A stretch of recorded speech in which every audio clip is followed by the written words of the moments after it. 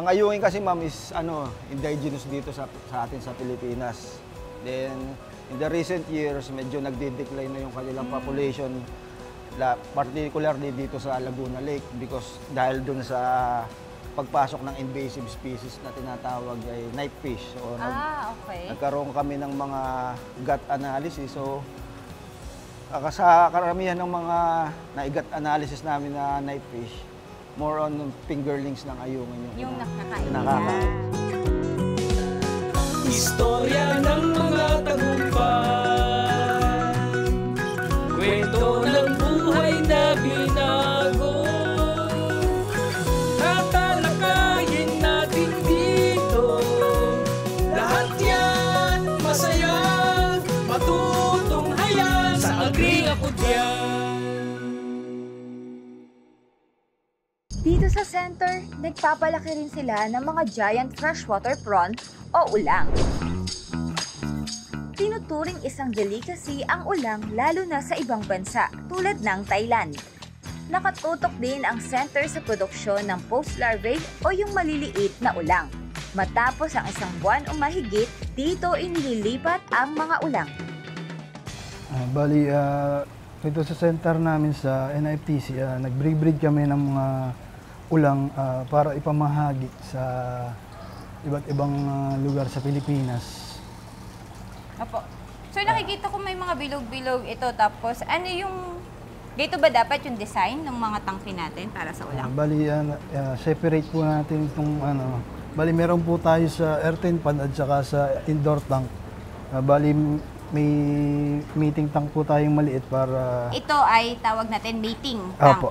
Okay, sige, mating tank. Meron pong isang lalaki, 3 babae. Yun ang ratio. 3 Opo. babae, 1 lalaki. Yes, ma'am. Okay. Paano natin malaman kung babae o lalaki? Ayan, Sir Eman, nandyan. Sa lalaki po, mahaba po yung kanilang kulo. Blue claw po at saka meron rin po tayong male na orange claw.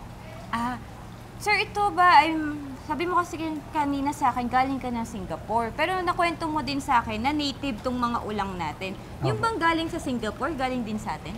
Yes, ma'am. Kumukuha po kami sa SIPDEC ng mga breeder dati ron. At saka sa Malaysia. Oh. So, ito, ano karakteristik ng lalaki to, di ba? Malaki yung ano. Ang karakteristik po ng lalaki is mahaba ang claw, blue claw. Pero may nasabi ka din na orange. Opo. Tapos po, ano naman ang karakteristik ng babae? Sa babae po, maliit po ang claw. Maliit ang claw. Opo. Meron na tayong nakahiwalay dito na babae. Medyo lumalaban po, no? Meron po tayong female na meron na pong grayish na itlog na ililipat po natin sa aquarium.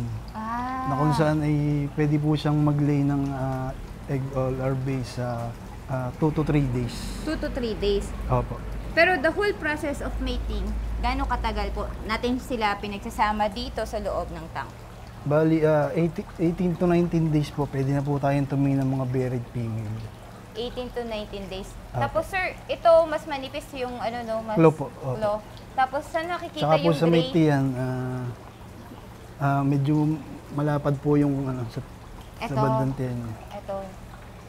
Nakikita ba sa camera? Medyo malayo. Ilalapit to namin.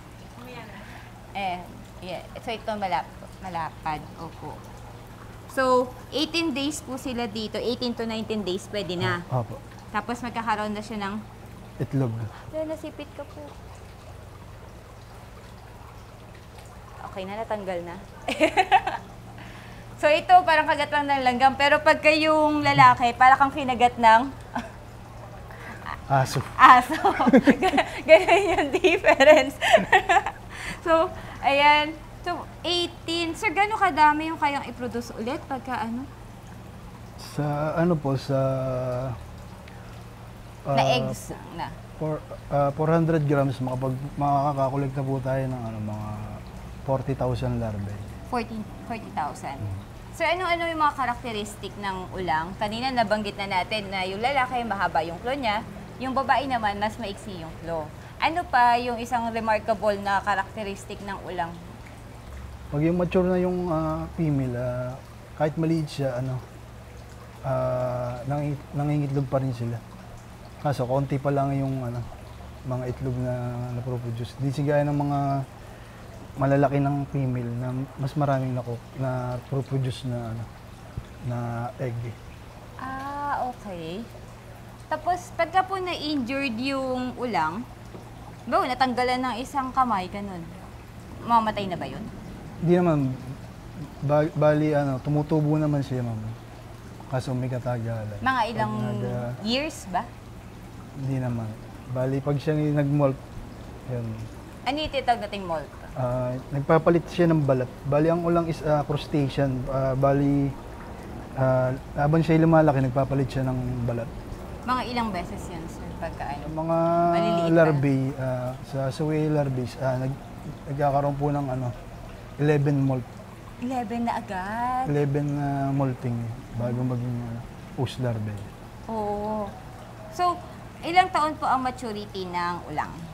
Bali, 5 to 6 months, ma'am, pwede na po silang mabuntis. Okay, akala ko maabot ng taon. 6 months lang pala. Apo. Sir, patay ba yun? Bali, nag-molt, ma'am. Yun yung molt. Nagbalat na po siya. Okay. Kaya po sila may mga substrate. Roon po silang nagtatago. Kasi pwede po silang atakihin ng mga malalakas na ulang. Pwede po silang katay. Kasi manipis na yung balat nila. Oh. Bali, ang ulang po is omnivorous. Kumakain po siya ng plant and animal. Pero dito, ano pinapakain niyo sa kanya? Bali, PO4. Yung pong 35 to 40% protein. Pellets yun. Pellet, sinker oo. pellet po. May nabibili na tayo sa market. Opo, meron na po tayong mga available na commercial feed para po sa ulang. Pagka po ako, halimbawa, gusto ko po magtayo ng ulang farm, ano po yung kailangan kong i-ready para makahingi ako sa inyo ng mga larvae. Tama, sir, di ba larvae na Post-larvae ibibigay? Post-larvae. Opo. Para mabigyan nyo ako ng post-larvae. Ano po yung mga kailangan kong i-ready? Sa una po, dapat po meron kayong may mga pond, concrete tank, Okay. na kung saan mayroon po pwede yung i-culture yung ating mga post larvae. May ano ba tayo? Standard na size? Saka gaano kalaki dapat yung size na yun at ilan yung pwede nating ilagay doon? Sa 1 square meter po, pwede po kayo mag-alaga ng sa extensive is 1:3, sa semi-intensive is 4:8, sa intensive is 9 to 15 per square meter. Oh. So, halimbawa yung nag-assist tayo sa kanila, nagbigay tayo ng ating mga post-larvae, matatapos ba yun doon, hanggang sa pagbibigay, o continuous pa rin yung assist natin sa kanila hanggang makapag-grow out sila? Yes, ma'am. Bali, may techno-demo kami ngayon sa Quezon. Binigyan po namin sila ng 600 post-larvae na kung saan every month po isasampling namin yun. Titimbangin, susukatin yung haba, ganyan. Magkano ba ang presyuhan ng ulang ngayon? Mataas po ba ang presyo? Mataas din po ba ang Sa demand? mga private, ma'am, sa gate prices nasa 450. Pag po sa market, pinagbebenta po nilang 500 to 900. Depende po sa size. Opo. Kanina galing tayo dun sa meeting tank. Ngayon naman, kasama pa rin natin si Sir Thomas. Pag-usapan na natin itong mga larvae